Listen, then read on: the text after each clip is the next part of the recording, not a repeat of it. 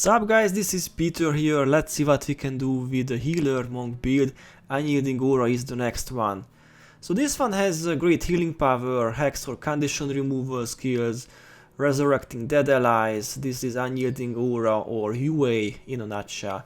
Then it is a perma enchantment spell, meaning you get -1 energy regen, but don't worry, it provides a lot of useful stuff. At 16 Divine Favor, it gives plus 54% heal when using monk spells. Also, if you stop maintaining this skill, so when you double click on this small icon, a randomly chosen dead party member will be resurrected with full HP and full energy and teleported to your location. Pretty OP feature for sure, and guess why this elite is also used in speed clears. So if you are out of energy, then the UA monk lets you die, res you, and boom, full energy again. Anyway, there are many variants of the build, but I always bring Patient Spirit. This is a great cover enchantment and decent heal. Then I have Diviner's Kiss. You can heal a lot with this spell if your target is massively enchanted or hexed. Diviner's Kiss can heal over 400 HP easily. Seed of Life is another good one. This is a great way to heal the whole party if you can use it on a melee or on a tank. This has quite a short duration but can be a game changer or lifesaver in certain fights. And we might need some hex removals. Deny hexes is a decent one. Usually I don't bring a condition removal because heroes can remove them way faster than us humans do, but feel free to add if you want. And I like to bring some party-wide healing like Divine Healing and Heaven's Delight. These are great skills for that, and they also make deny hexes more powerful since we get an extra hex removed for each recharging Divine Favor skill.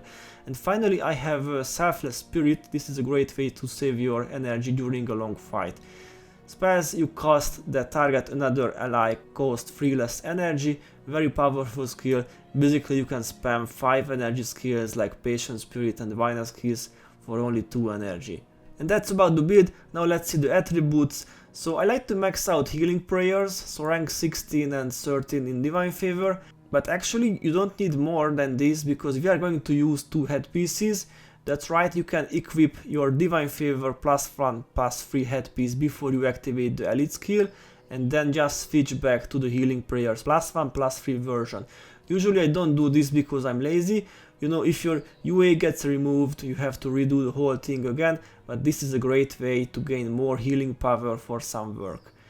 Blessed or Anchorite insignias will be good, the best Vigor rune you can afford, and I choose Vitae runes on the rest. For weapons I highly recommend something like this. This Necromancer mod gives plenty of energy if your team can destroy foes fast. Maximum 15 energy every 15 seconds. And honestly it is worth it since you only sacrifice 1/2 skill recharge mode for that, and most monk skills in the build have a short recharge time anyway. So normally I use this necro modded weapon set for easy energy management, but you can start the fight with a weapon switch. You know, a 20% enchanted weapon will make Selfless Spirit last much longer. This is a great tip if you expect a long fight. A high energy set can also be a life changer, so use it in emergency. Alright, let's see how to use the build. I know some of you will use this build with heroes. Now the problem with this is that heroes will follow you and not the other way around. Meaning as a healer you will be aggroing first and this leads to nothing good. So my best tip regarding the build: don't be a healer if you are playing with heroes, it is not worth it. Obviously in a casual human group this is not the case, you will be the backline, you will be camping behind in safety, but anyway, let's see what to do with heroes. So if you really want to do this, at least get a Soul Twisting Ritu hero, this will greatly increase your chances of survival. Okay, let's see what to do. First of all, equip the Divine Favor headpiece and use the elite skill. Okay, now put back the Healing Prayers headpiece and find an enemy group. Now just focus on the party window, and when one of your heroes' HP drops a lot, use Seed of Life, or you can use Patient Spirit followed by Diviner's Kiss. Usually these 3 skills will result in a huge heal, and this can save your target for a few seconds. Okay, now just spam skill number 1 and number 2, again on as many of your allies as you can, as often as you can. Only use Divine Healing and Heaven's Delight if several allies are damaged. These two have quite long recharge time, so best to use them wisely. You might have noticed these purple +5 energy things.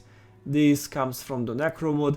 Like I said, maximum 15 energy every 15 seconds this way, if enough enemies are killed. That's how soul reaping works. Okay, let's see what happens if things get bad and the hero dies.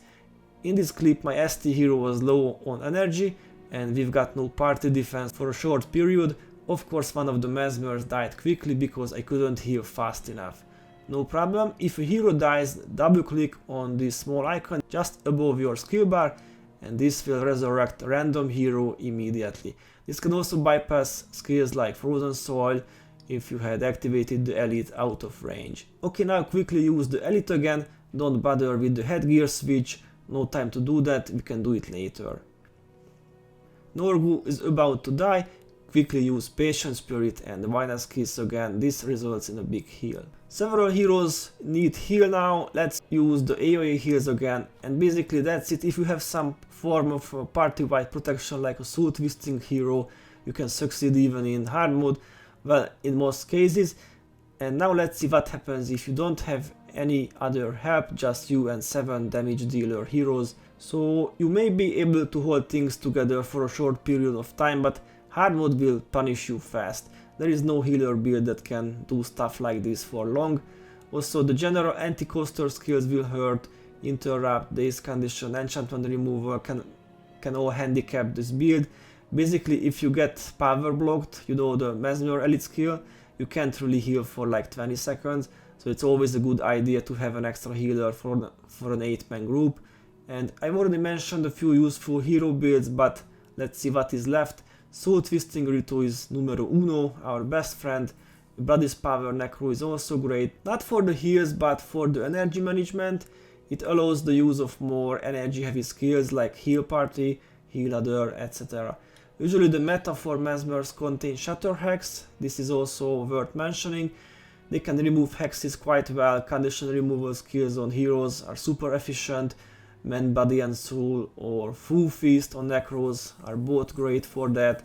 And to be honest, I would not focus too much on condition removals myself, you know, because heroes do it way faster, way better than we do, and usually I don't even bring condition removal skills for casual runs. It takes away a skill slot and there are more useful skills. Okay, I'm going to show you some more alternatives. Cure Hex is a great one for hex removal and healing. Heal Party is decent if you can manage the energy need. Healing Seed can be great if allies stand close to each other, works similarly to Seed of Life but it has a smaller range. Spotless Mind, Spotless Soul if you need more hex or condition removal. Even Dismiss Condition or Remove Hex can be used for the same thing. Actually I was thinking of Protection Prayers, Healing Prayers hybrid, but then I changed my mind. Skills like Aegis or Shield of Absorption could be great, but I thought an ST Ritu is so meta these days that I won't go into this direction. Anyway, this Unyielding Aura build is definitely meta, at least for me 5/5, and I've done many successful community runs with this one, so I can highly recommend. Great healing power, fast resurrection, decent energy management. Yeah, what else could we need? Guys, hope you enjoyed this one. Thanks for watching and see you in the next video.